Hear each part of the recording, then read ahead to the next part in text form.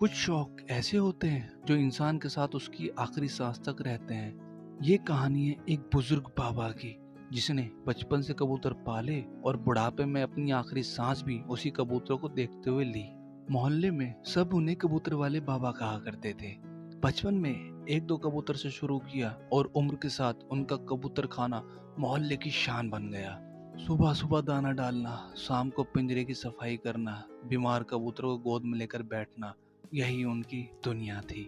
उम्र बढ़ी, शरीर कमजोर हुआ, लेकिन कबूतरों का ख्याल कभी कम नहीं हुआ।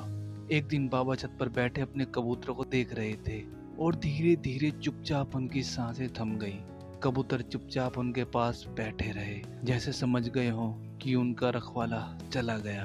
अब उन कबूतरों को टाइम से दाना और पानी देने वाला कोई नहीं था। कुछ दिन बाद उनके बच्चों ने आपस में बात की, अब इन कबूतरों को कौन दाना देगा, बेहतर है सबको हटा दो। और उन्होंने एक एक करके सभी कबूतर किसी को दे दिए या बेच दिए। मोहल्ले में कहते हैं उसी रात से बाबा की रूह बेचैन हो गई।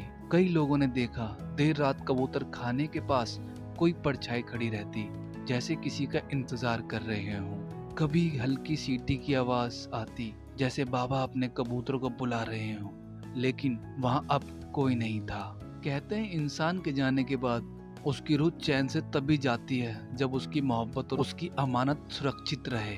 पर यहाँ दोनों छिन गए थे और शायद इसी वजह से बाबा की रूह आज भी अपने कबूतरों को ढूंढ रही है।